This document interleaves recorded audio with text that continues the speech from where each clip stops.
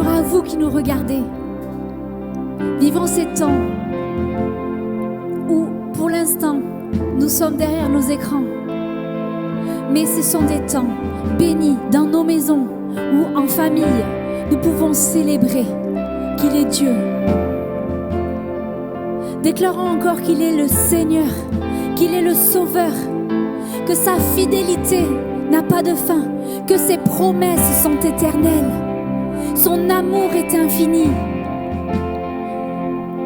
Sa parole est d'actualité, plus que jamais. Alors, déclarons-le encore. Il est ce Dieu fidèle.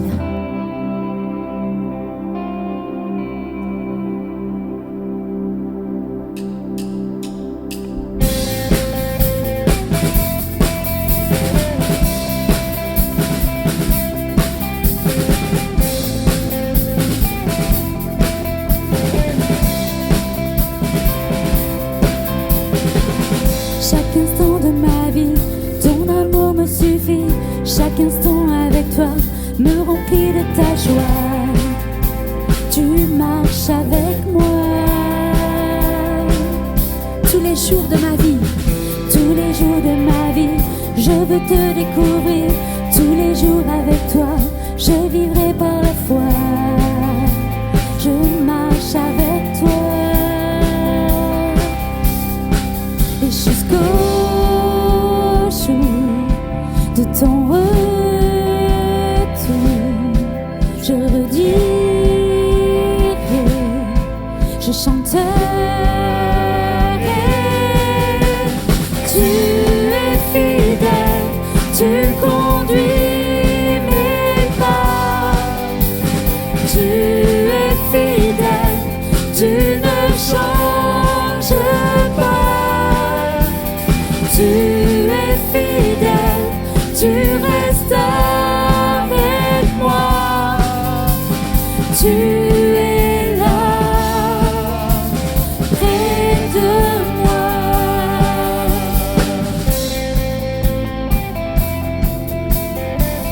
Dans ma vie, dans mon cœur, Seigneur, tu me révèles l'éclat de ta grandeur, la splendeur de ta gloire. Tu marches avec moi. Quand je te vois, Seigneur, mon aimé rassuré, tu chasses au loin mes peurs, rien ne peut t'arrêter. Je marche avec toi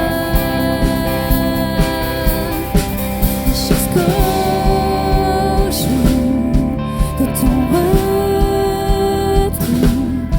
Je redis, je chanterai. Tu es fidèle, tu conduis mes pas. Tu es fidèle, tu ne changes pas.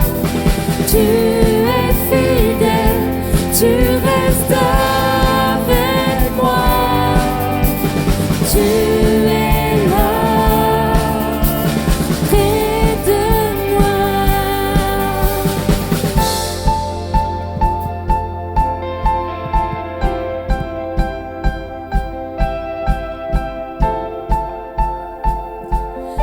déclarons qu'il est suffisant, qu'il est tout puissant, qu'il a tout créé et qu'il règne à jamais. Déclarons-le ce matin dans nos maisons.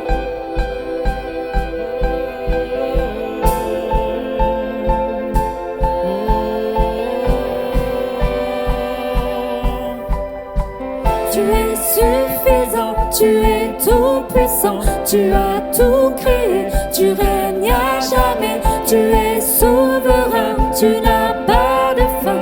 Oh, tu es suffisant. Tu es suffisant, tu es tout puissant, tu as tout créé, tu règnes à jamais, tu es souverain, tu n'as pas de fin. Tu es fidèle. Tu es fidèle, tu conduis mes pas. Tu es fidèle, tu ne changes pas. Tu es fidèle.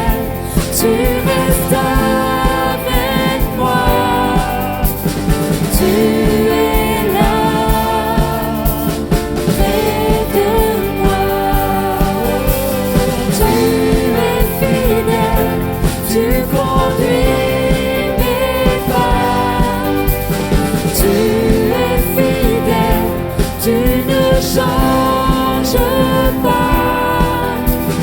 Tu es fidèle, tu restes avec moi. Tu es là, près de moi.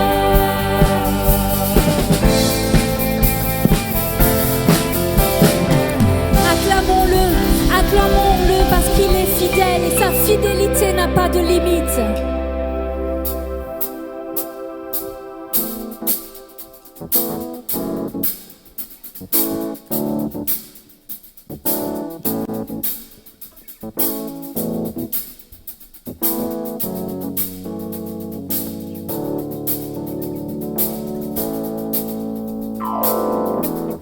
Quand la nuit tombée, l'angoisse surgit, sans fin tu m'appelles. Quand ma foi faiblit et l'espoir tarit, tu es mon appui. Lorsque je suis lasse, découragée, Dieu, tu es tout pour moi. Désormais je veux persévérer. Tu es avec moi, tu es avec moi. Ton amour m'environne, m'élève plus haut, résonnant mon âme tel un écho. Ton amour m'environne, m'élève plus haut, résonnant mon âme tel un écho, écho en mon âme. Oh, oh, oh, oh, oh,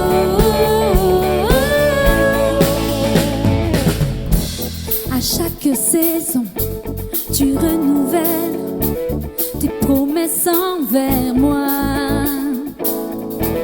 Qui peut s'opposer à ta volonté? Qui peut t'arrêter? Lorsque je suis là, oh Dieu, tu es avec moi. Désormais je veux persévérer. Tu es avec moi, tu es avec moi. Ton amour m'environne, m'élève plus haut, résonnant mon âme tel un écho. Ton amour m'environne, m'élève plus haut, résonnant mon âme tel un écho. Ton amour m'environne, m'élève plus haut, résonnant mon âme tel un écho. Ton amour m'environne, m'élève plus haut, résonnant mon âme tel un écho. Écho en mon âme, oh, oh, oh, oh, oh. Écho, écho en mon âme, oh, oh, oh, oh, oh. Lorsque je suis lasse, découragé, Dieu, tu es tout pour moi. Désormais je veux persévérer, car tu es avec moi, tu es avec moi. Ton amour m'environne, m'élève plus haut, résonnant mon âme tel un écho. Ton amour m'environne, m'élève plus haut, résonnant mon âme tel un écho. Ton amour m'environne, m'élève plus haut,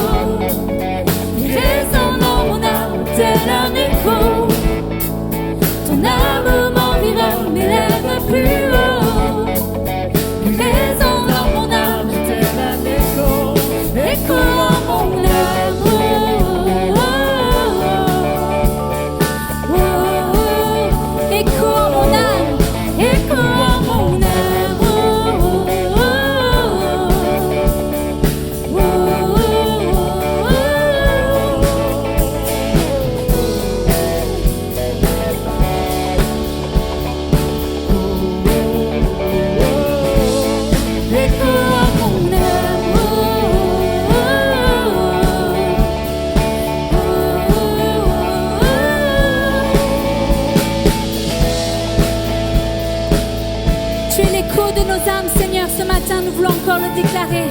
Rien ne peut nous séparer de ton amour. Seigneur, rien, parce que nous le déclarons encore que tu règnes. Et tu règnes encore. Nous ne nous lasserons pas de le déclarer. Que tu règnes sur nos maisons. Tu règnes sur notre département. Tu règnes dans nos foyers. Tu règnes dans nos familles.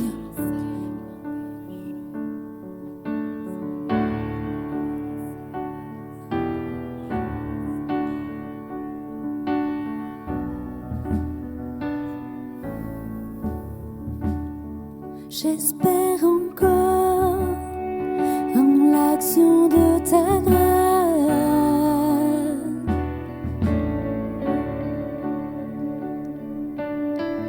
Là où l'échec prononce ses menaces,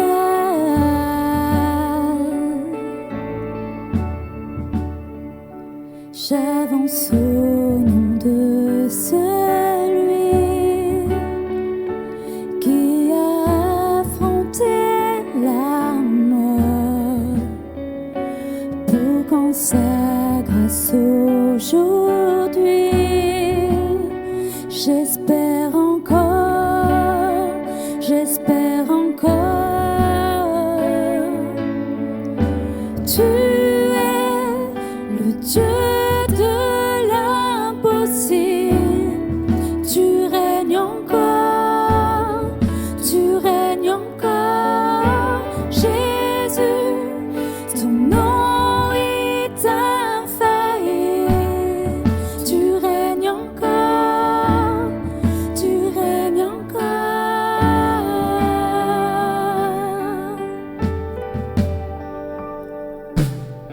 J'espère encore en l'action de ta grâce.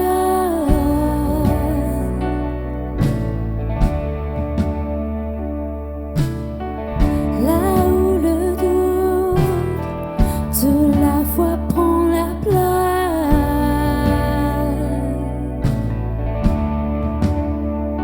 j'avance au nom de celui qui longtemps a brisé le corps à travers l'onde et la nuit. J'espère encore, j'espère encore. Tu es le Dieu de l'impossible, tu règnes encore, tu règnes encore, Jésus, ton nom est infaillible, tu règnes encore, tu règnes encore, tu es le Dieu de l'impossible, tu règnes encore, tu règnes encore, Jésus, ton nom est infaillible, tu règnes encore, tu règnes encore.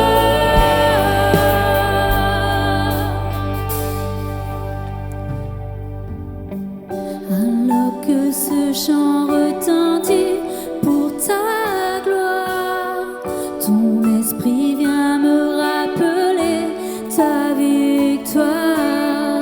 Reconnaissant ta majesté, je déclare, tu règnes encore, tu règnes encore. Alors que ce chant retentit, je déclare, ton esprit vient me rappeler ta victoire.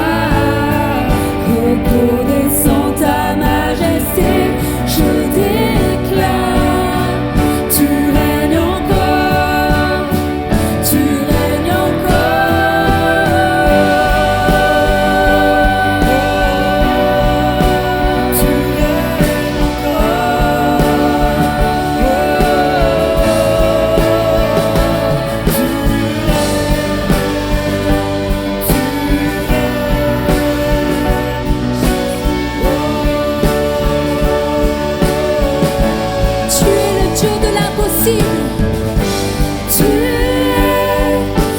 Dieu de l'impossible, tu règnes encore, tu règnes encore, Jésus, ton nom est infaillible, tu règnes encore, tu règnes encore, tu es le Dieu de l'impossible.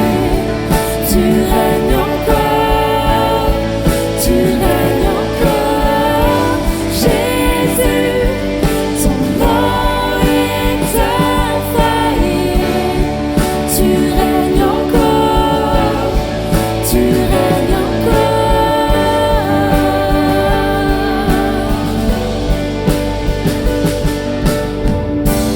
Alors que ce chant retentit pour ta gloire, ton esprit va me rappeler ta victoire. Reconnaissant ta majesté, je déclare, tu règnes encore, tu règnes encore. Alors que ce chant retentit pour ta gloire, ton esprit vient me rappeler ta victoire. Reconnaissant ta majesté, je déclare, tu règnes encore, tu règnes encore. Oh Jésus, tu règnes encore. Oh Jésus. Tu règnes encore.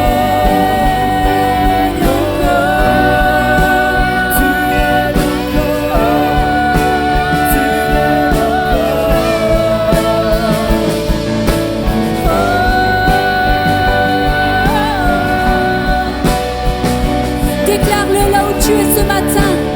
Tu règnes encore, Seigneur, dans nos maisons. Tu règnes sur toute situation. Tu règnes sur toute situation qui a été insurmontable cette semaine pour nous. Tu règnes encore. C'est une prise de position. Oh, tu règnes, tu règnes, tu règnes encore. Déclarons-le. Tu règnes, tu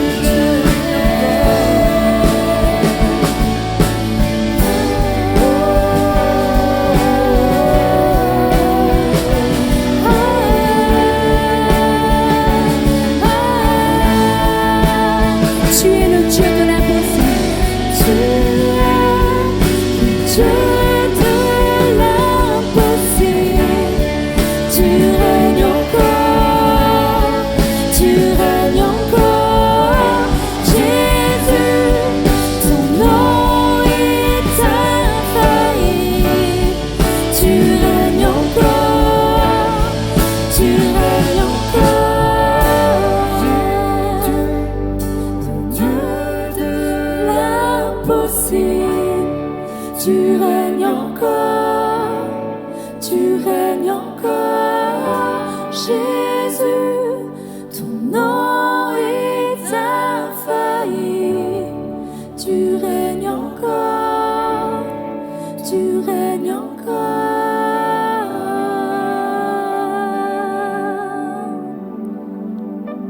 Jésus. Seigneur, lorsque nous déclarons tes promesses, nous n'avons rien à craindre. Tu es notre paix. Lorsque tu es venu ici sur terre, tu es mort, tu es ressuscité. Et tu as dit que tu ne nous laissais pas seuls. Tu nous laissais ta présence. Et Seigneur, tu es notre paix.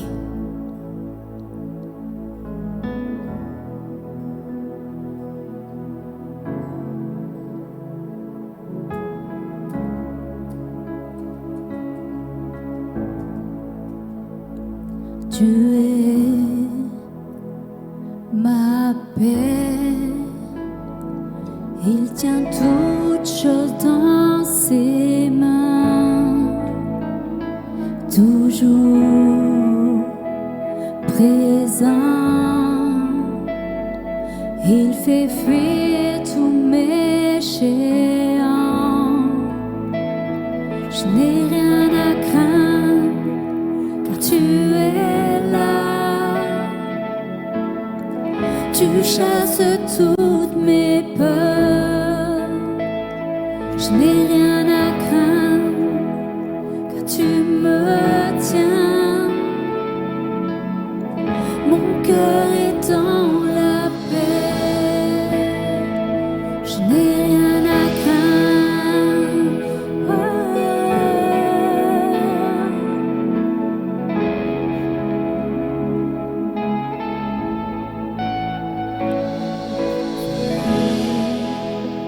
Fidèle, tout ce qu'il dit s'accomplit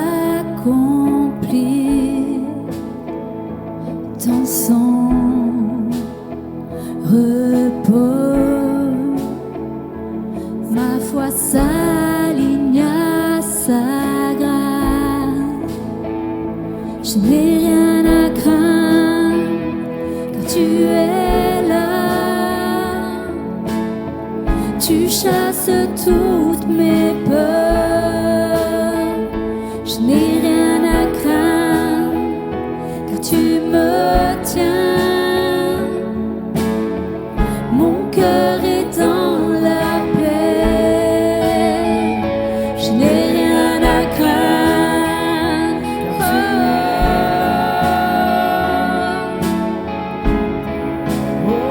Je n'ai rien à craindre. Je n'ai rien à craindre, car tu es là. Tu chasses toutes mes peurs. Je n'ai rien à craindre, car tu me tiens. Mon cœur est dans la paix. Je n'ai rien à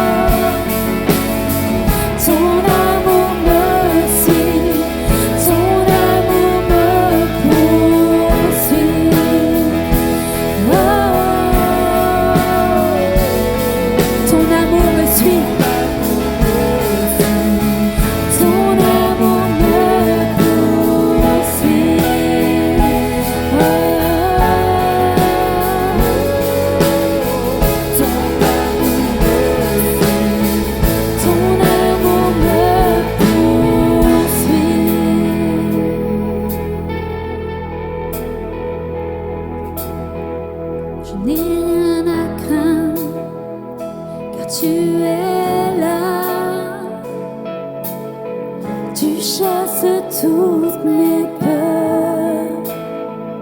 Je n'ai rien à craindre, car tu me tiens. Mon cœur est dans la paix. Je n'ai rien à craindre. Oh, oh, oh.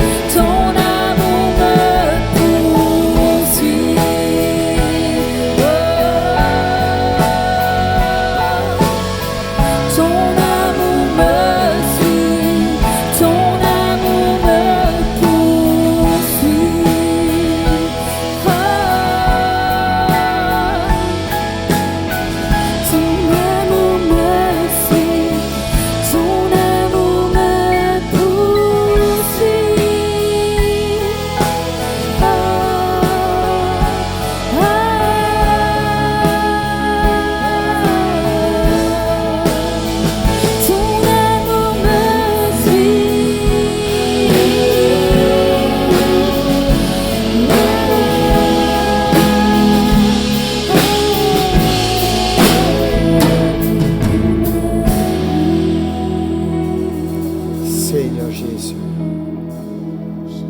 Seigneur Jésus, merci pour ton amour qui nous poursuit. Merci parce que comme on l'a chanté précédemment, tu veux régner. Et je veux proclamer ton règne dans nos vies. Je veux proclamer ton règne dans nos familles. Merci pour cet amour extravagant. Merci pour cet amour extraordinaire. Cet amour surnaturel, cet amour incompréhensible.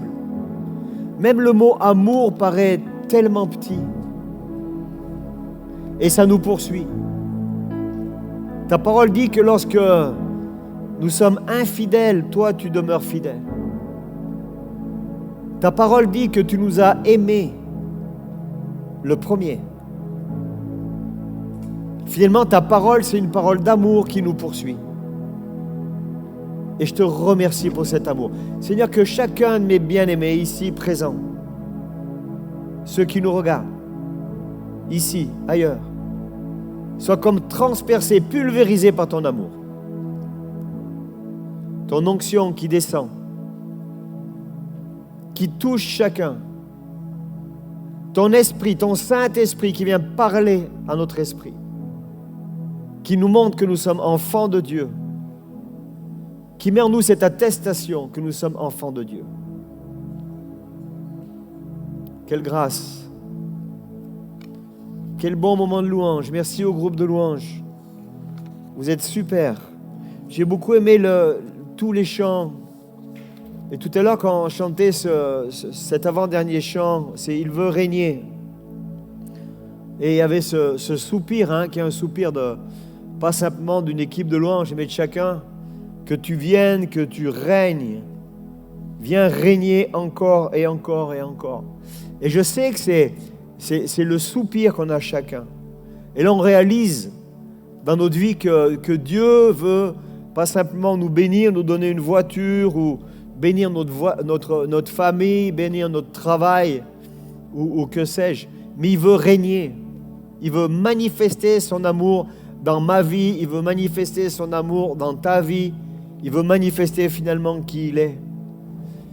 Et quand il manifeste son amour dans ma vie, c'est simplement parce qu'il veut se servir de moi afin que son règne puisse grandir. La propagation du royaume de Dieu, la propagation du règne de Dieu, de l'amour de Dieu.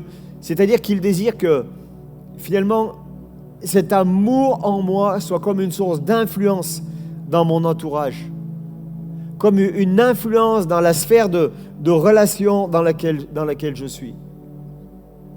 Et cette semaine, je disais à ma chérie, finalement, c'est comme si le monde était un puzzle et que Dieu avait créé un merveilleux puzzle et que nous sommes, chacun d'entre nous, elle, moi, chacun, nous sommes un morceau du puzzle. Nous sommes un morceau du puzzle. Et ça, c'est extraordinaire de savoir que nous sommes un morceau du puzzle. C'est-à-dire qu'il y a plein d'autres morceaux de puzzle autour de nous et moi, je suis un morceau et je dois savoir où est ma place. Je dois savoir où va le morceau qui dépasse de l'autre et je vais me mettre dans le trou de l'autre afin qu'ensemble nous soyons un ensemble harmonieux. Et ça, c'est le royaume de Dieu. Le royaume de Dieu, c'est là où Dieu règne. Et il compte sur moi, il compte sur les dons qu'il m'a donnés au départ. Il compte sur les talents qu'il m'a donnés afin que ces talents soient manifestés autour. Et que ce que j'ai reçu de lui puisse se manifester, alléluia. Et là, je deviens quelqu'un d'équilibré, de heureux.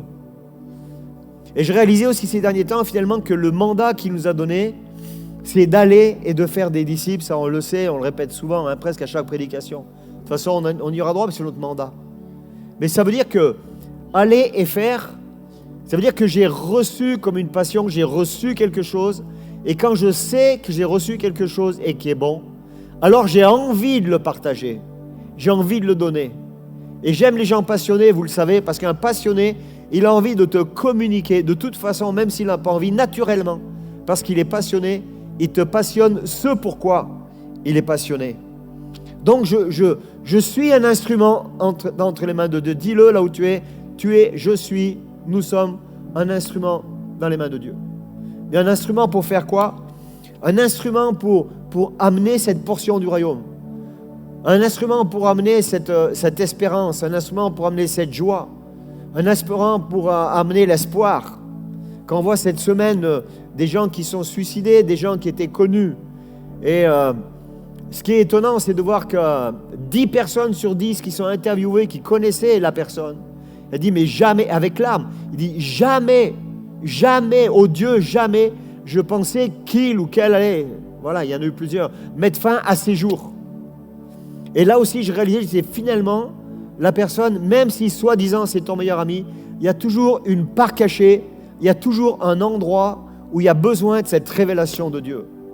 Parce que besoin de la révélation de Dieu, parce que j'ai rencontré mon Dieu, quand je l'ai rencontré, alors je sais qu'il a donné un sens à ma vie, je sais qu'il m'a donné des dons, des talents, que je dois travailler les dons et les talents qu'il m'a donnés, afin que je puisse influencer les autres. Et ça, c'est ce qu'il a mis dès le départ dans ma vie, d'aller et de faire. Aller et faire. Je veux communiquer ce que j'ai qui est bon. Je veux communiquer ce que j'ai et que d'autres n'ont peut-être pas encore. Un jour, il y a un disciple qui va poser une question à Jésus. C'est une question qui est au demeurant assez banale. Il lui dit, écoute, comment prier? C'est facile. Moi, je me souviens quand j'ai demandé, mon épouse en a parlé la semaine dernière, à un frère qui était d'origine sicilienne, comment il fallait prier. Alors lui, avec son accent, il a dit, tu viens devant Dieu, tu dis, regarde Seigneur, c'est moi, je suis devant toi. Et puis c'est comme ça. Et là, cet homme-là, le disciple, il dit, mais comment faut prier? Et Jésus va certainement le surprendre quand il va répondre dans Luc 11, verset 2. Jésus leur dit, quand vous priez, dites, Père, que ton nom soit sanctifié et que ton règne vienne. Je ne sais pas s'ils ont compris ce que ça voulait dire. C'est-à-dire que quand tu pries pour le commun des mortels et demandez à votre voisin, à votre voisine, si tu dis, mais comment tu pries, il va dire, tu fais ta liste de commissions. Et tu demandes à Dieu, tu dis, Seigneur, bénis mon papa, bénis ma maman, bénis mes enfants, bénis mon travail, Seigneur, que je puisse à manger. Si tu es un bon chrétien, tu dis, je te prie pour tous les chrétiens de la terre, qu'ils aient jamais faim, qu'ils aient tout. Et là, c'est complètement déconcertant. Que ton nom soit sanctifié, que ton règne vienne. Que ton règne vienne. C'était le chant tout à l'heure, n'est-ce pas? Et comment que le règne va venir? Comment ce règne va venir? Eh bien, écoute, que ton règne vienne, mon ami, c'est au travers de toi et au travers de moi. Au travers d'un don que Dieu a mis en moi, au travers d'un don et d'un talent que Dieu a mis en toi pour l'avancement de son royaume. Toutes les personnes qui sont autour de nous ont faim et soif de vivre des choses sensées, ont faim et soif pour vivre des choses intéressantes. Ils cherchent dans les loisirs, alors ça peut être le yoga, la méditation, ça peut être apprendre à rire, ça peut être apprendre à faire, que sais-je, il y a tellement, apprendre à peindre, apprendre à dessiner, apprendre à apprendre une langue, tout ça. Et puis après, quand cette motivation-là, quand ils arrivent vraiment, ils sont vraiment contents. C'est-à-dire, en chacun, on a le désir d'apprendre et on a le désir de se perfectionner. Que ton règne vienne. J'ai reçu une portion de la part de Dieu qui fait que cette portion, elle est là dès le sein de ma mère. Dieu me l'a donnée. Je l'ai travaillée, j'en suis conscient. Et alors, j'ai envie de la communiquer à quelqu'un. Et comme ça prend sa source dans le ciel, alors le Père qui règne dans le ciel, il vient confirmer qu'il existe à la personne qui est en face de moi. C'est quoi le don que tu as reçu? C'est quoi ta passion? J'aime parler de la passion. Tous les dons que nous avons reçus sont pour l'avancement du royaume de Dieu ici sur cette terre. Là où je suis, là où Dieu m'a placé, il m'a placé dans cette ville. Et moi, je crois qu'un chrétien qui est affermi, qui est excellent dans son don, quelqu'un qui sait ce à quoi il est appelé, il devient une source d'influence là où il est. Dans sa famille, dans son quartier, dans sa ville, dans son département, dans la nation. Mais ce don-là, c'est avec les principes divins qui sont mis en pratique. Il y a un principe divin dans l'économie. Et si quelqu'un a à cœur l'économie, et j'espère que parmi vous, il y a des personnes qui ont à cœur l'économie, d'autres qui ont à cœur la politique, d'autres qui ont à cœur les arts, mais comment toi, Dieu, tu vois l'économie? Comment toi, Dieu, tu vois la politique? Comment toi, Dieu, tu vois les arts? Et alors, si c'est ton désir, prie, cherche la face de Dieu. Et Dieu va te révéler comment lui, il voit cette chose. Et alors, son règne vient dans l'économie. Son règne vient dans les arts. Son règne vient dans la vidéo. Son règne vient dans le cinéma. Alléluia. Si ce n'est pas son règne, c'est des choses qui sont contre nature. Et on en voit quand tu regardes un film. Tu sais qui est-ce? Tu sais qui est le réalisateur. Tu sais qui a inspiré l'auteur du film. Pourquoi tu sais ça? Parce que la matière que tu vois, ce que tu vois, ça parle plus fort que ce que tu aurais pu imaginer. Ce que tu vois, ça révèle qui a écrit le bouquin, qui a écrit le film, qui a raconté l'histoire. Et c'est pour ça que j'aime lire la parole de Dieu, parce que tout au long de la parole de Dieu, dans les 66 livres, je réalise que c'est le divin créateur qui a inspiré chacun des auteurs du livre, même s'ils sont nés à des milliers d'années de différence. Il y a un principe divin dans tout ce qui peut t'entourer, mon ami. Et Dieu compte sur toi pour que tu rentres dans ce principe que tu as à cœur, que tu cherches sa face, que tu te perfectionnes et que tu deviennes une source d'influence. Dire que ton règne vient, mes amis, c'est l'avancement du royaume de Dieu ici sur cette terre, là où il t'a placé, soit au bon endroit. La majorité des chrétiens, ils devraient et ils doivent servir dans l'Église pour pouvoir servir en dehors de l'Église au travers des dons et des talents perfectionnés dans l'Église. Je répète à peu près si je peux. Mais la majorité des chrétiens devraient servir en dehors de l'Église parce qu'ils ont servi dans l'Église et qu'ils servent dans l'Église dans les dons et les talents que Dieu leur a donnés et épurés par la parole de Dieu au sein de l'Église. Alléluia. Ça s'appelle une formation, n'est-ce pas? Il faut du temps pour entrer dans l'héritage de Dieu. Il faut du temps pour saisir son héritage. Pourquoi? L'héritage, tu as une part d'héritage. Et Dieu a préparé une ponction, une portion de son héritage pour toi. Dans un endroit où tu as envie d'agir, où il veut t'utiliser. Et le temps, c'est la période où tu vas grandir. Le temps où tu as envie de, parce que tu sais que, et la période où tu vas exercer le ministère, le don et le talent, c'est tout un temps de formation qui est nécessaire. Et c'est un temps de formation qui passe par le service. Et c'est dans le service que ton don est révélé. C'est dans le service que ton don est perfectionné. Là où l'Église est présente, elle va toucher les nécessiteux. Et les nécessiteux, ce n'est pas forcément ceux qui ont faim et soif. Les nécessiteux, s'ils n'ont pas mangé, c'est ceux qui ont faim et soif. Les nécessiteux, c'est ceux qui ont faim, qui n'ont pas faim, qui n'ont pas soif, mais qui sont dans la désespérance, parce qu'ils n'ont pas d'avenir. Peut-être ils ont perdu leur travail. C'est encore des nécessiteux. Ce sont des nécessiteux. Les nécessiteux, ce sont ceux qui ont un beau couple, une belle famille, beaucoup d'argent, une belle profession, mais qui le soir ne savent même pas qui se tourner. Ils ne savent pas si la journée était bonne ou pas bonne. Le soir, ils peuvent même avoir envie de mettre fin à leur jour. Les nécessiteux, ce sont ceux-là. Les nécessiteux, c'est ceux qui ont basé une vie sur une carrière et qui arrivent à 50 ans, 60 ans, et qui disent « Ah, je veux aller plus loin ». Vous savez, ils vendent leur bateau de 20 mètres pour en acheter un 30 mètres, et puis ils s'endettent, et puis il se trouve qu'il n'y a plus rien, et puis tout leur entourage a disparu. Ça, c'est aussi des nécessiteux. Et l'Église est là pour servir les nécessiteux. Autour de chez toi, beaucoup de personnes sont dans le besoin. Ils ont besoin du strict minimum. Dernièrement, à Agen, dans notre ville, comme de partout, il n'y avait que les boutiques qui étaient nécessaires, qui étaient ouvertes. Celles qui ne sont pas nécessaires. Alors je me pose des questions, c'est quoi qui est nécessaire, c'est quoi qui n'est pas nécessaire. Je vais avec un ami en grande surface, tu avais du linge, ça c'est nécessaire. Lui il avait besoin d'une valise, il y avait les valises, mais devant il y avait des morceaux de ruban, c'est marqué interdit. Mais lui il devait prendre l'avion. Ce qui était nécessaire, c'était pas les slips, c'était pas les linges, c'était pas les paquets de chips, c'était pas les bouteilles de vin. Il n'en avait rien à faire. Ce qui était nécessaire pour lui, c'était la valise. Parce que la valise, pour lui, c'était nécessaire. Mais les autorités ont dit, la valise n'est pas nécessaire. Mais pour lui, c'était nécessaire. Est-ce que tu ne sais pas ce qui est nécessaire pour la personne? Tu ne sais pas quel est son vide. Si tu sais ce qui est nécessaire, c'est de recevoir la parole de Dieu. Mais tu n'as pas une idée, c'est quoi son besoin? Est-ce que tu comprends ce que je veux dire? Et moi, j'étais là devant le rayon, il y a une serveuse qui vient, je lui dis, mais écoutez, c'est super, parce que tout ça, pour vous, c'est nécessaire. Mais lui, il a besoin de la valise. Elle dit, oui, mais ce n'est pas marqué dans les produits nécessaires. Des fois, nous-mêmes, on s'est fait une image du nécessiteux. Et tu peux avoir autour de toi des gens qui sont dans l'opulence, tu penses qu'ils n'ont aucun besoin, mais s'ils n'ont pas reçu Jésus dans leur vie, ce sont des gens qui sont des nécessiteux. Amen, amen. Et Dieu compte sur toi pour que son royaume vienne, pour que sa parole soit annoncée. Le Proverbe 18, au verset 9, donc ça n'a rien à voir avec les diplômes, ça n'a rien à voir avec la position sociale, ça n'a rien à voir avec les connaissances afin d'être crédible, n'est-ce pas? Le Proverbe 18, verset 9 nous dit « Celui qui se relâche dans son travail est frère de celui qui détruit. » On peut travailler. Mais est-ce que vous savez que la prière est la base de toute chose? Ce proverbe souvent plein celui qui travaille, sinon tu es frère de celui qui détruit.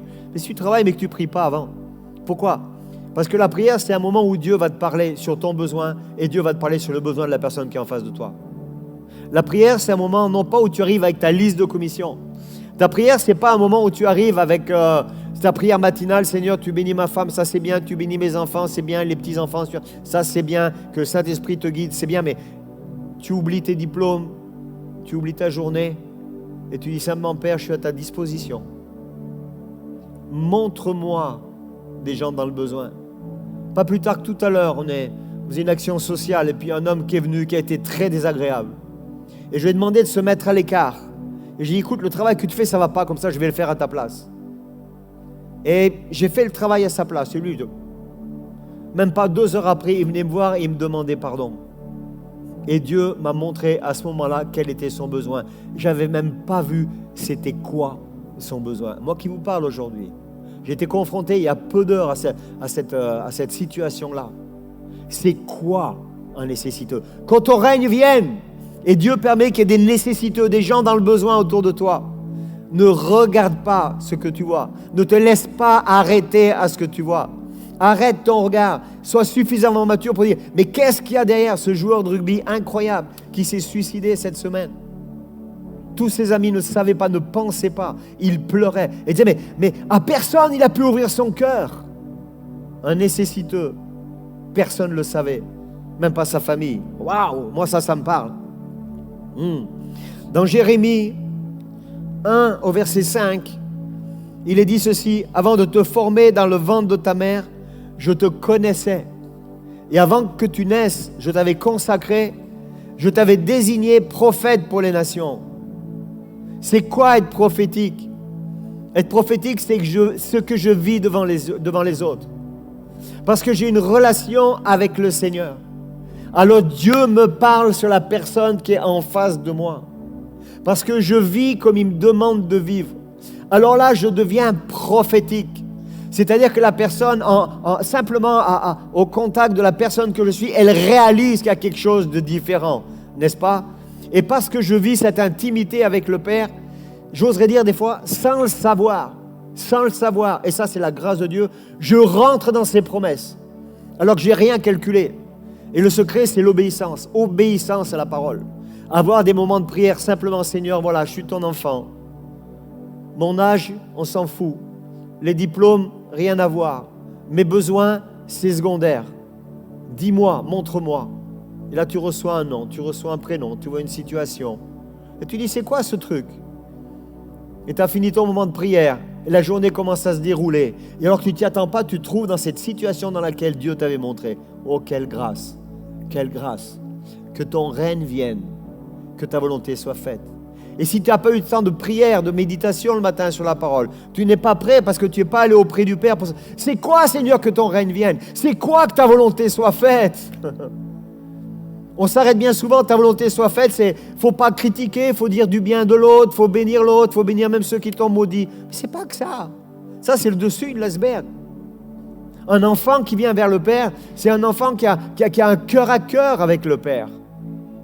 Moi, j'ai des enfants, j'ai des petits-enfants.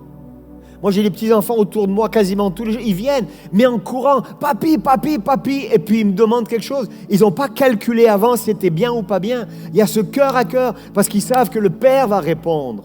Amen. Et finalement, notre vie, c'est quoi? J'ose dire, c'est un mélange de nos capacités, de nos connaissances, qui doit être allié, mélangé aux principes, aux valeurs contenues dans la parole de Dieu. Et ça va être un mélange explosif. Je ne peux pas venir uniquement avec mes dons, mes talents et ce désir de servir. Mais il faut que la parole de Dieu vienne et elle va émonder, elle va perfectionner, elle va tailler, elle va me reprendre et enfin me diriger. Que ton règne vienne. L'éducation, l'instruction, le perfectionnement, ça c'est un processus, mes amis, qui n'a pas de fin. Et ceux qui ont un impact durable, je parle d'un impact, non pas un impact passager, mais un impact durable, ce sont ceux qui respectent les valeurs et les principes du royaume de Dieu. En toutes choses, dans la façon dont je regarde, dans la façon dont je parle, dans la façon dont je me tiens, la façon dont je prends mes décisions. Respecter les principes du royaume de Dieu. Cette proximité avec le Seigneur, on la retrouve dans Jean 15, au verset 5. Tout le monde connaît ce fameux verset. Ça nous parle de l'intimité du Père avec le Fils. Ça nous parle de notre intimité. Nous sommes reliés au Père. Je suis la vigne. Vous êtes les rameaux. Celui qui demeure uni en moi et à qui je suis uni porte beaucoup de fruits, car vous ne pouvez rien faire sans moi. On a tous vu une vigne avec le cep et avec les rameaux, les sarments. Il est dit, je suis la vigne. Vous êtes les rameaux. Celui qui demeure uni en moi et à qui je suis uni porte du fruit. Et la condition de porter du fruit, elle est très simple. Jean 15, verset 5. C'est d'être uni à lui. Mais vous savez, le principe d'être uni, c'est quoi? Et on a tous compris que le rameau, quand on le coupe, il devient un beau rameau, mais il devient un rameau mort.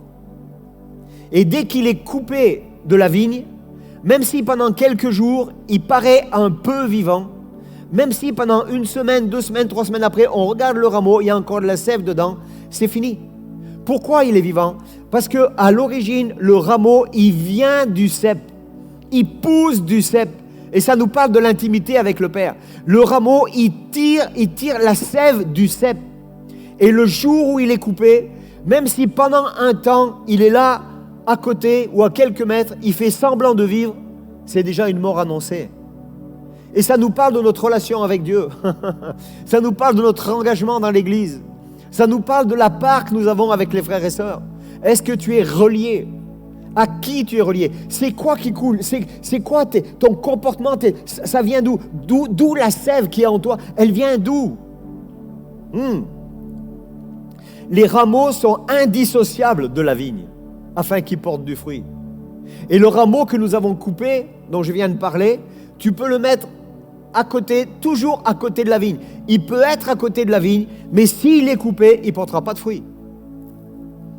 Et la solution pour qu'il porte du fruit, c'est qu'il soit encore taillé, non pas coupé, séparé. Mais il sera toujours parti de la vigne. Il va puiser la sève de la vigne, mais il faudra qu'il soit taillé. Et plus il sera taillé, plus il va porter du fruit.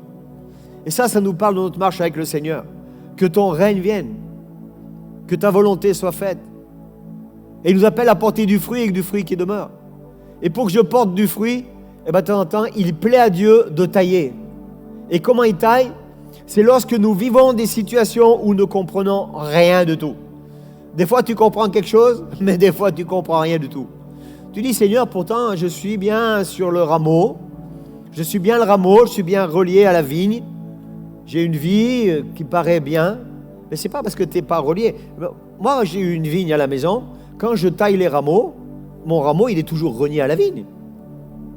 Et ce n'est pas parce que je suis relié à la vigne que je ne vais pas être taillé. Au contraire, je vais tailler, je vais porter encore plus de fruits. Que ton règne vienne et que ta volonté soit faite. Et pour que la vigne porte du fruit, il faut tailler régulièrement. Dans Matthieu 5, au verset 16, il est dit « C'est ainsi que votre lumière qui doit briller devant les hommes, afin qu'ils voient le bien que vous faites et qu'ils louent votre Père qui est dans les cieux. » Qui voit votre lumière. C'est-à-dire, la lumière, c'est moi qui vais... La lumière qui représente bien entendu la présence de Dieu en moi. Il est question de qui je suis encore. Il est question de ce que je vis. Et c'est moi qui détermine la qualité de la lumière qui va sortir de moi. Je peux être du 10 watts, je peux être du 50 watts, je peux être du 100 watts ou du 500 watts. Ça dépend tout de ma qualité d'être relié au cep. C'est moi qui choisis. C'est un changement qui est personnel. Parce qu'au départ, je n'étais pas forcément une lumière. La Bible dit que je suis passé des ténèbres à son admirable lumière.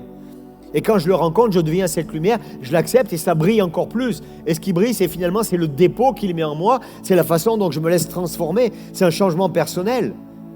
Et ce changement personnel fait que j'accepte de voir comment Dieu me voit. Et ça commence à l'Église. Au travers des enseignements, de la prière, on en a pas mal parlé. Et ça va vers à l'extérieur de l'Église. L'Église, c'est finalement une plateforme d'envoi. Moi, j'ose des fois comparer l'Église à un porte-avions. L'avion est posé, comme ça, tu viens, tu arrives, tu es posé. Il y a les mécaniciens qui viennent et puis qui commencent à arranger. Puis à un moment donné, tu t'y attends pas, mais enfin, tu es prêt pour ça. On te met au bout du porte-avions et là, tu as 2 gros blocs comme ça, puis une espèce de tendeur. Tu mets tes réacteurs et tu es propulsé. Mais tu t'y attends. Tu as subi le travail des mécanos. Que ton règne vienne, que ta volonté soit faite. Et là, tu commences à être efficace. Mais de temps en temps, il faut revenir dans le porte-avions pour subir un entretien aussi. Nous sommes sauvés pour avoir un impact sur les autres.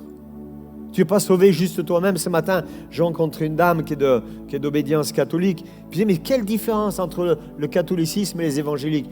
Alors c'était très dur à répondre pour moi, parce que je respecte beaucoup, c'est une directrice d'école. Hein. Puis je dis, madame la directrice, voilà.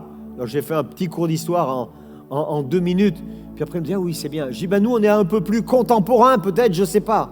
Toujours est-il, c'est nous, on aime l'évangile, on aime raconter ce qu'on vit. Elle dit, ça, monsieur le pasteur, je m'en aperçois. Est-ce que quand tu parles aux gens, ils s'aperçoivent que tu es heureux de partager ce que tu vis et ce que tu dis? C'est juste une question. Nous sommes sauvés pour un impact sur les autres. Ésaïe 49, verset 8, il est dit, voici donc ce que le Seigneur déclare, au moment favorable, j'ai répondu à ton appel, quand est arrivé le jour du salut, je suis venu à ton secours. Ça on le dit, hein, il est mon secours. Moi après j'ai un point, et la deuxième partie, je t'ai formé pour faire de toi, écoutez bien, aïe aïe aïe, oh là là là, ça c'est un truc de dingue. Oh là là, écoute, je t'ai formé pour faire de toi le garant de mon engagement envers l'humanité. Je vais relever le pays et redistribuer les parts de la terre sainte aujourd'hui ravagée.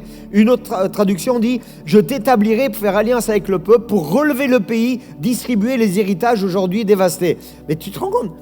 Je t'ai formé pour faire de toi le garant de mon engagement envers l'humanité. Ça veut dire que Dieu, c'est dans son amour de créateur, il n'a pas créé le ciel et la terre comme ça, et puis il a dit maintenant, on verra ce qui va se passer. Non, non, non.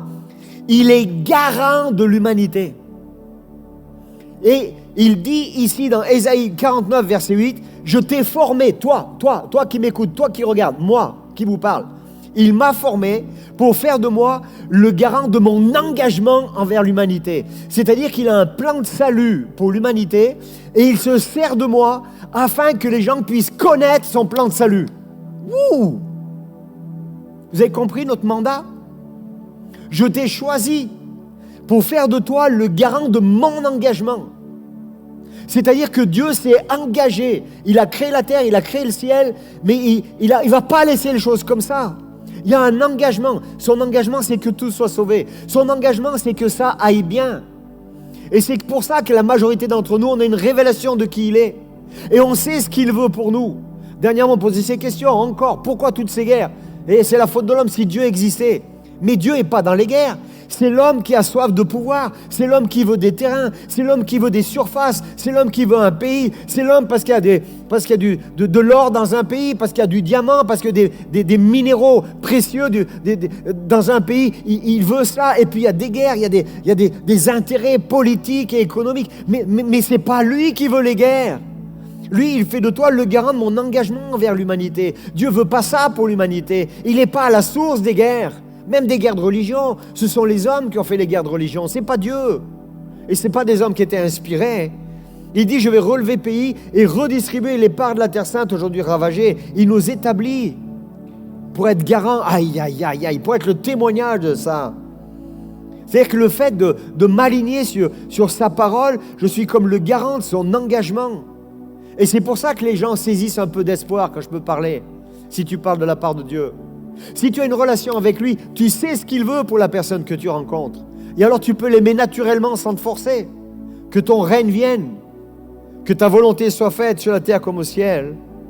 Celui qui apporte les valeurs de la parole de Dieu, celui qui puise les valeurs comme le rameau qui puise la sève dans la vigne, n'est-ce pas? Celui qui incarne ces valeurs, qui vit ces valeurs, je te garantis que sa vie, ça va fonctionner. La France, nous ne sommes pas un pays persécuté. Il y a des pays qui ne peuvent même pas parler de Jésus.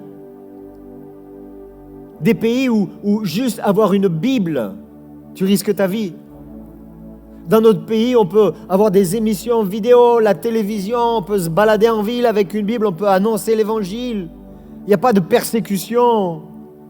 Et il compte sur toi pour que son règne vienne, pour que sa volonté soit faite. Nous sommes citoyens du royaume. Et on peut dire comment ça marche dans ce royaume. On peut dire comment ça fonctionne.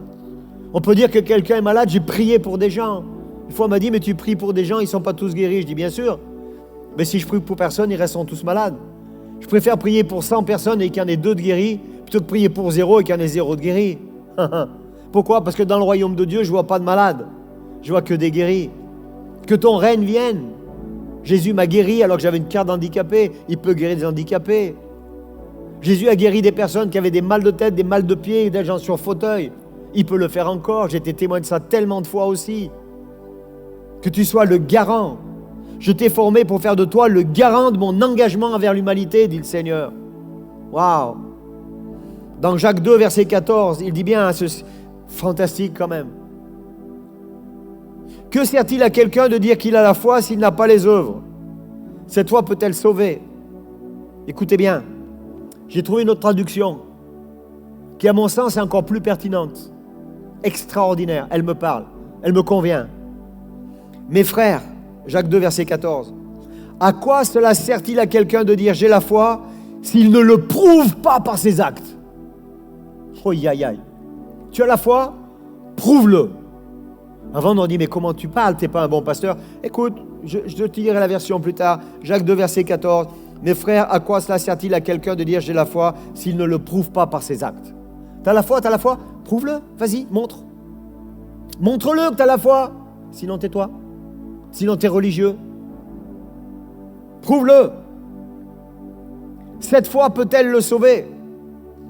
Et le mot prouver, c'est un terme très fort, ça m'interpelle. La foi se prouve. D'autres traductions veut dire qu'elle se démontre. Mais démontrer, c'est une chose. Mais prouver, c'est la preuve de la foi. Montre-moi par ton comportement. Montre-moi par ce que tu vis. Montre-moi par la façon dont tu agis. Les décisions que tu prends. Les actes. Moi, j'aime dire à ma chérie, tous les matins, je dis maintenant, aujourd'hui, c'est acte 29. Vous savez pourquoi acte 29? Parce que dans les actes, il y en a 28. Donc moi, je vis acte 29. Et le matin, j'aime Saint-Esprit, viens, vas-y. Acte 29. Qu'est-ce qu'on va vivre de surnaturel aujourd'hui? Wow, ça, c'est excellent. Et les actes, c'est notre style de vie de chaque jour. Mon comportement face à ce que j'entends, ce que les autres vivent, etc., etc. Ce verset de Matthieu 5, verset 44, la fin du verset. Faites du bien à ceux qui vous haïssent. Priez pour ceux qui vous maltraitent et qui vous persécutent. Faites du bien, faites du bien, faites du bien. Dans les périodes où nous sommes, c'est pas évident, cette année 2020 là, qui arrive à son terme, j'espère qu'elle va arriver à son terme.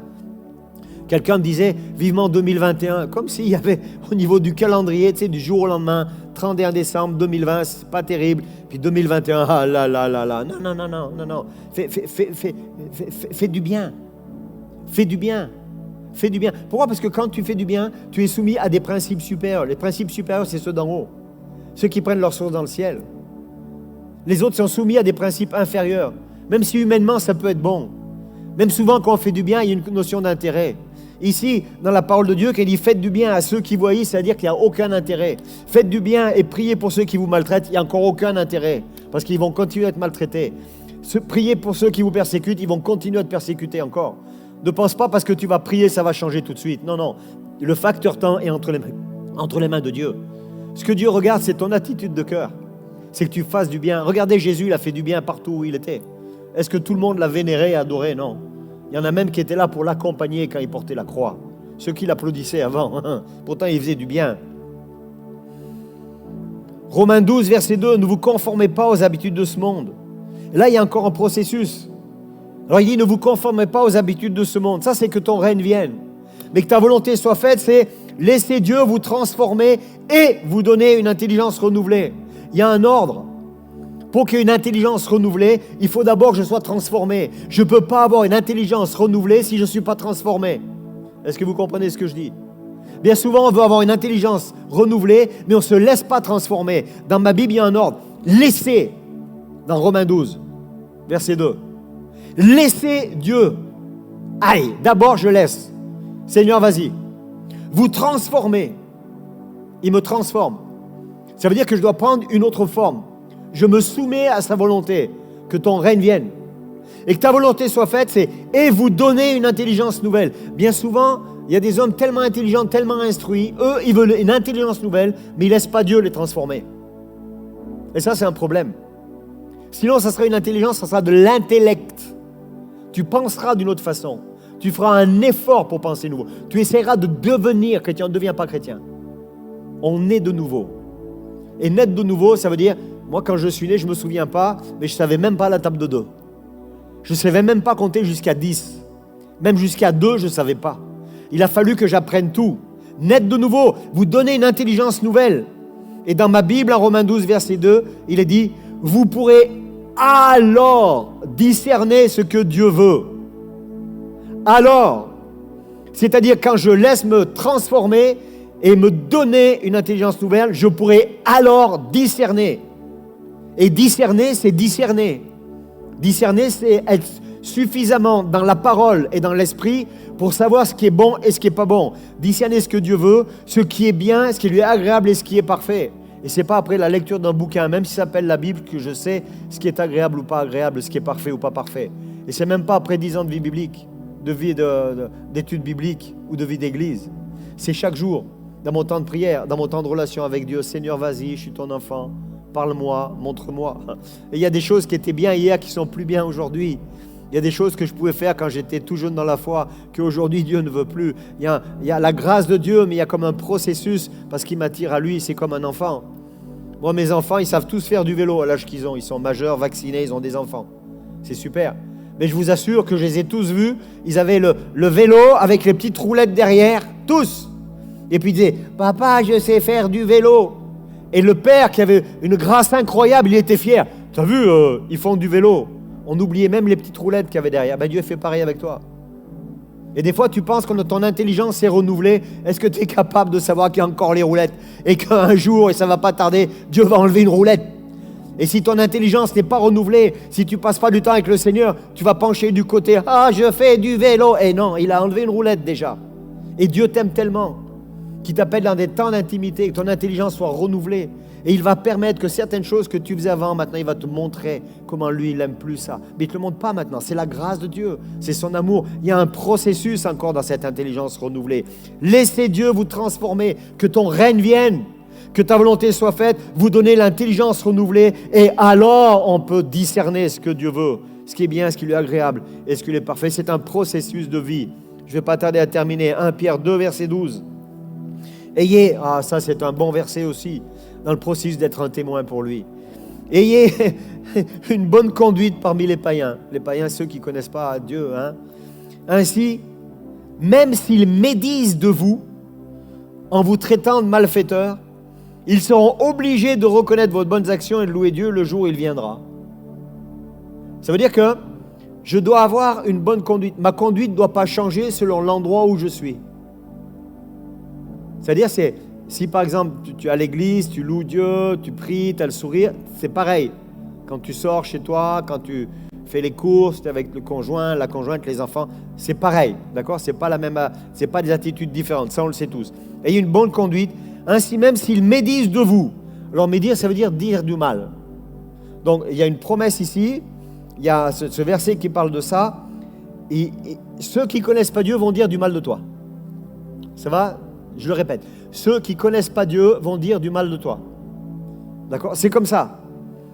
En vous traitant de malfaiteurs, écoutez bien, la promesse. Ils seront obligés de reconnaître vos bonnes actions et de louer Dieu le jour où il viendra. Ça, c'est excellent. C'est-à-dire que je ne vais pas me conformer à ce qu'ils vivent pour leur faire plaisir, mais moi, je campe sur la parole de Dieu, quitte à ce qu'ils ne comprennent pas et qu'ils me maudissent ou qu'ils me maltraitent ou qu'ils disent du mal de moi. Pourquoi? Parce que je vais, dans mon comportement, mon attitude, annoncer la parole de Dieu, les vertus de celui qui m'a appelé des ténèbres à son admirable lumière, dans mon comportement. Et la récompense que j'ai, c'est la Bible qui me dit ça, qui me garantit ça, ils seront obligés de reconnaître vos bonnes actions et de louer Dieu le jour où il viendra. C'est-à-dire que le jour où Dieu se manifeste à eux, ils vont comprendre pourquoi ils ne te comprenaient pas le jour où ils t'ont critiqué. Et tu es testé pendant ce temps-là. Parce que toi, tu sais que tu fais la volonté de Dieu. Tu sais que tu agis comme Dieu veut, que ton règne vienne, que ta volonté soit faite. Mais entre le moment où tu réagis comme Dieu veut et le moment où ils vont rencontrer Dieu et finalement te louer pour ce que tu as fait, tu ne sais pas si ça va être 1 heure, 2 heures, 20 heures, 1 semaine, 20 semaines, 1 an, 10 ans, 20 ans ou 30 ans. Moi, j'ai parlé à des personnes du Seigneur, j'ai campé, j'ai même pris des positions Et une personne, c'est plus de 30 ans après, 32 ans après, qui m'a dit, je comprenais. Vous savez quoi? Moi, j'aurais bien aimé qu'elle me dise avant et que ce soit paisible avant. Mais c'est ainsi. Donc, c'est vraiment un encouragement à continuer, que ton règne vienne, que mon attitude corresponde à l'attitude que le Seigneur veut.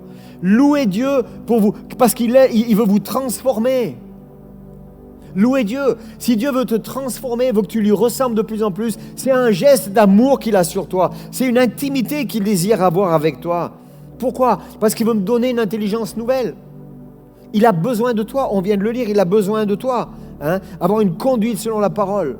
Même s'ils disent le mal, le jour où Dieu se manifeste, ils reconnaîtront que s'ils avaient critiqué, c'était une bonne action. Moi, des fois, je dis, Seigneur, s'ils pouvaient te reconnaître maintenant, ça m'arrangerait au niveau relationnel. 1 Pierre 2, verset 9. Vous êtes de la race choisie, mais vous êtes la race choisie. D'autres traductions disent la race élue. Un sacerdoce royal. Une autre traduction dit des prêtres du roi. La nation sainte. Un peuple acquis. Ou un peuple qui appartient à Dieu. Il vous a appelé à passer de l'obscurité à sa merveilleuse lumière. D'autres traductions disent des ténèbres à ton admirable lumière. Afin que vous proclamiez ses œuvres magnifiques. Afin qu'on puisse avoir un impact. Là où je suis une lumière. Et Dieu m'envoie dans les ténèbres, il permet, puis que ma lumière puisse s'allumer. Et je vais finir, Proverbe 29, verset 25. Il est dit, la première partie, il est dangereux d'avoir peur des hommes.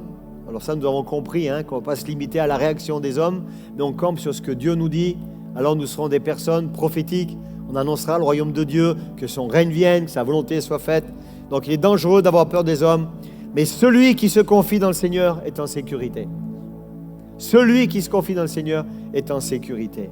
Alors, simplement, j'aimerais prier pour que nous puissions avoir ce désir de nous confier dans le Seigneur. Dieu veut servir de toi. Dieu veut régner. Il veut régner. Il ne veut pas simplement te bénir, toi, ta maison, ton couple, ta famille. Mais il va être un signe. Il veut se manifester dans ta famille. Là où tu es, peut-être tu es le seul à avoir la foi. Il compte sur toi pour que ta famille soit sauvée. Il compte sur toi. Il veut que tu sois comme une lumière. Et la lumière, plus il y a les ténèbres, j'oserais dire des fois, moins la lumière a besoin de briller. Et je me souviens d'être allé dans une réunion, à un moment donné, un rassemblement, c'était des gens là qui m'avaient invité, et puis il y avait très très peu de chrétiens, puis il y a vraiment des gens qui faisaient des choses très particulières. Et je me disais, mais il suffirait que quelqu'un qui ait juste entendu parler de Jésus, et qui manifeste l'amour de Dieu, la grâce de Dieu, le tout petit peu, la chose unique, quelqu'un qui ne connaisse même pas la parole, elle puisse illuminer tout le monde. Eh bien, c'est un peu ça. C'est un peu ça. Et tu peux connaître depuis 15 ans, 20 ans. Ce n'est pas à cause que tu le connais depuis longtemps que tu vas briller plus. C'est simplement à cause de ta relation. Simplement à cause que tu aimes. Simplement à cause de ton pardon. Simplement à cause que, voilà, tu dis, Seigneur, je compte sur toi pour que tu me parles pour eux. C'est être prophétique. Parce que je sais que toi, tu comptes sur moi afin que ta parole soit annoncée. OK? Alors, j'aimerais juste prier pour que Dieu nous bénisse, bien sûr, nous guérisse, mais aussi qu'on puisse désirer, qu'il désire lui-même que son règne vienne. Et que là où il t'a placé, que son règne puisse venir dans ta famille. Que son règne, et le règne, c'est quoi? C'est là où il est roi. C'est là où il va manifester sa royauté, c'est là où il va manifester sa direction, c'est là où il va manifester ses valeurs, c'est là où il va manifester son amour quand il y a de la haine, quand il y a des compromis, quand il y a des bagarres, là où il va manifester sa grâce.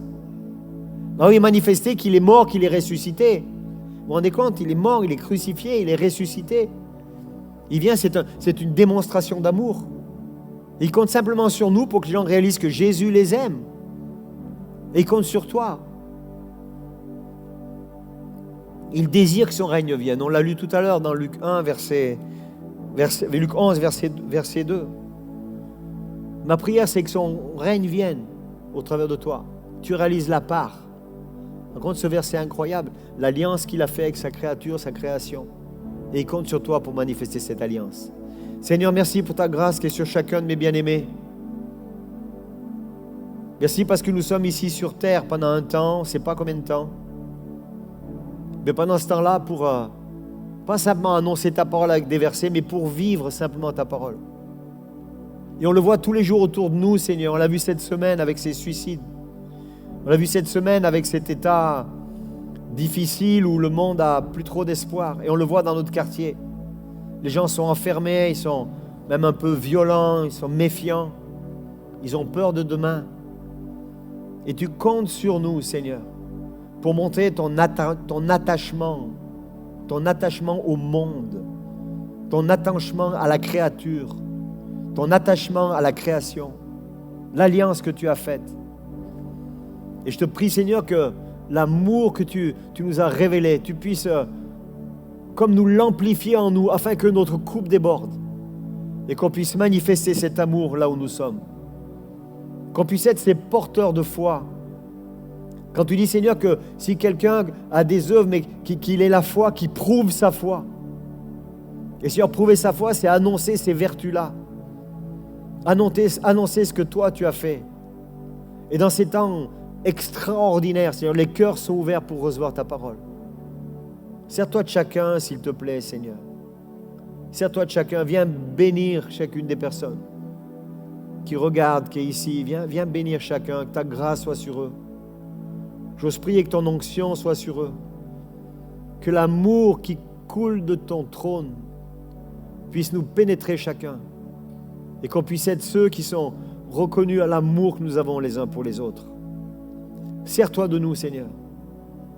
Nous refusons que dans notre entourage, il y ait des personnes désespérées qui commettent des gestes improbables et que nous n'ayons pas annoncé la parole. Nous refusons, Seigneur, de voir des états dramatiques autour de nous alors que nous sommes restés muets. Seigneur, viens te révéler à nous encore de façon supérieure comme celui qui aime. Toi-même, tu es allé jusqu'à la croix. Toi-même, tu as aimé jusqu'à donner ta vie. Seigneur, viens enlever de chacun les craintes peut-être qu'il y a de parler de toi de façon surnaturelle, naturelle, peu importe. Seigneur, s'il te plaît, que ton Saint-Esprit puisse remplir chacun. Que ton règne vienne. Que ta volonté, qui est celle qu'aucun soit perdu, soit faite au travers de chacun. C'est-à-dire que dans notre entourage, personne ne puisse pas entendre la bonne parole, et que tout le monde puisse l'entendre, qu'aucune exception soit faite, s'il te plaît, parce que toi tu as un plan de salut pour chacun. Sers-toi de chacun, s'il te plaît. Revêt-nous de ta grâce, de ta compassion, de ton amour, de ton autorité. Que ta volonté qui est faite dans le ciel, comme dans cette merveilleuse prière de notre Père, que ta volonté qui est faite sur la terre, que ta volonté qui est faite dans le ciel soit faite sur la terre comme au ciel. Et je sais que ça passe au travers de chacun. Au nom de Jésus. Amen. Soyez bénis et puis à très très vite.